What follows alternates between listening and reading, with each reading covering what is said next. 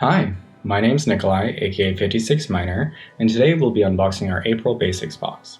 This box is all about watercolor media.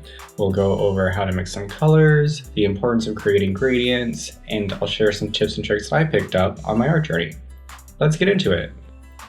The first item in this month's box is going to be a custom Marabou Aqua Ink graphics set. The set's really cool because it comes with 2 yellows, which is really fundamental for mixing a good color. Let's grab the filbert brush that's also included in this month's box and talk about those colors a little bit more. To show off the colors, I'm going to be using a fluid hot press pad that we shipped in December, because I really want to show you the colors on a bright white surface. While all of these aqua inks are water-based, they're also transparent, so that means that you'll be able to build colors really well. Here we see the sunshine yellow is super bright, and just washing out my brush a bit gives me a lot of pigment, which I can then fan out by adding a little bit more water. The quinacridone gold in our set is going to be a little bit brassier, even though it looks a little bit of green in the bottle. And our final color is going to be a pyrrole red, which I really love because it's almost like a vermilion. A little bit of ink goes a long way with these, so no need to use a lot, especially if you're trying to achieve transparent washes. You really don't need as much as you think. And what's nice about our filbert brush is depending on how you hold it, you can make several different marks. This is a great, highly versatile brush that's pretty typical in the painting world. Our next item is a classic watercolor from the Stone Ground Paint Co. This is going to be an ultramarine. Ultramarine is great because it's one of those foundational primaries that you can really mix any color that you want with it. By adding just a little bit of water to my half pan, I can start to get it to activate, but it still will be transparent. And by mixing it with that quinacridone gold that kind of leans to a cooler tone already, I can make a really natural green that you would find in nature. Having let that water sit into the half pan a little bit more, I can get a much darker blue from it. And I'm going to mix that blue with the undiluted quinacridone gold in order to get a very rich, more opaque green. I really like to explore different brush marks while I'm mixing my colors just to kind of help get familiar. We can make a kind of angled mark by pressing in the tip of the brush, and that'll give us an organic leaf shape. Because our sunshine yellow skews more warm than our quinacridone gold, it's going to be perfect for making oranges. So mixing a little bit of that pyrrole red into the wash, you can see that the red kind of overtakes it. We can use that color to mix into the pure yellow and get like a nice kind of creamsicle orange. By working directly with the pyrrole red and the sunshine yellow, we can get a less transparent color mix. Though these pigments are going to be transparent in nature, so it won't block it out like acrylic paint would. The next item in our box is going to be the Ecoline watercolor brush marker. These are really fun because the nib allows you a lot more control than you would typically have with a brush. They're also great for hand lettering. Let's see how they compare to our other colors. As we can see, this yellow is going to be a little bit more towards the green side. Because these markers are full of watercolor pigment, we can also use them to create new colors. By dipping this directly into the ultramarine, we can neutralize some of that vibrant blue and make kind of a subtle sky gray blue. The next item in our box is going to be a micron fineliner in brown. I love microns because they're waterproof, so we don't have to worry about layering colors, and they're great for making consistent lines, dot work, or really just kind of adding details to give your watercolor drawing a little bit more structure.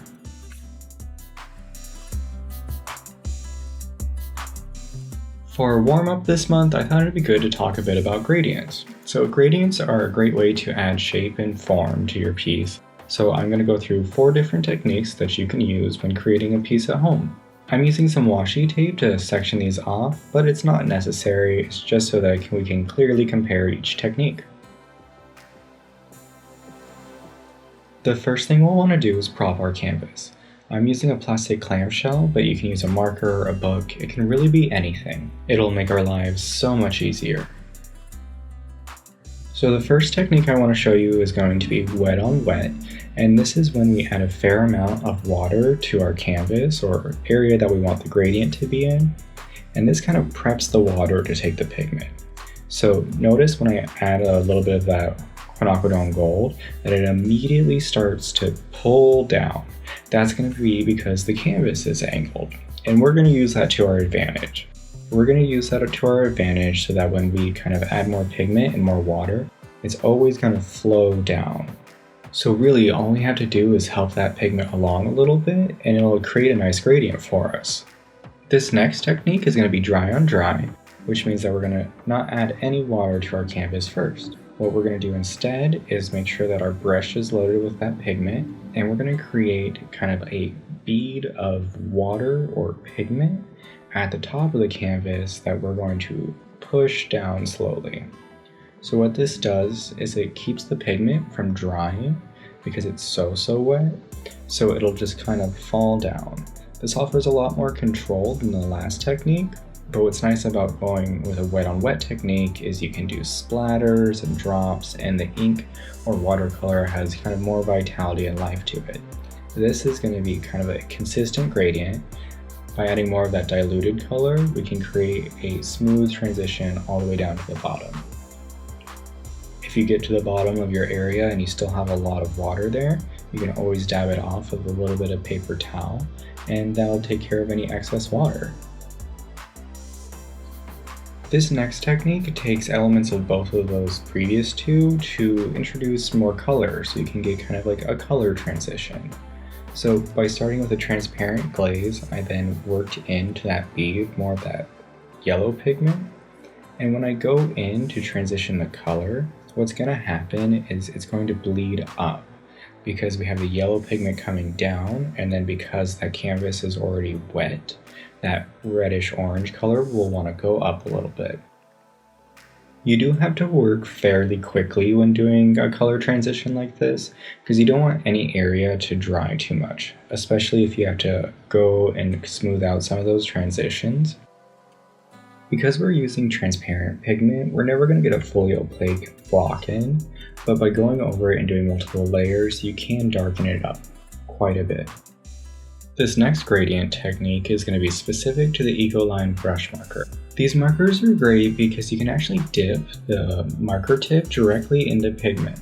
So I'm going to add some of that Pyrrole red to our canvas, and then taking the marker, I'll dip it into that red ink and then work it down in a back and forth motion to kind of blend it into like oranges. And then when it gets to the bottom, I'll actually dip the marker in some water so that we can do some more transparent yellows. And there we have it. If you want to practice any of these techniques this month, try creating a sunset illustration. The final item in this month's box is going to be the Magnami accordion notebook. These are really fun because unlike a typical sketchbook, the pages are attached. They're really awesome if you want to explore any kind of graphic novel elements, or if you want to create a series of similar illustrations. It's really up to you, but either way, the cotton paper is super absorbent and perfect for watercolor media. So the last couple of months we focused on light and form, so I thought it'd be fun to focus more on shape and color this month. I'm going to keep the citrus theme from our Marabou packaging going and illustrate an orange branch. Taking a basic drawing pencil, I'll go in and sketch in some general shapes. So we'll do some circles for the oranges, we'll do kind of a rectangular shape for the branch. I'm really just trying to give myself a roadmap. This is where you can kind of explore with your sketch. You don't have to commit to anything. Just try not to make too hard of a marks because you don't want to damage the paper. And I'm going to erase any unnecessary lines.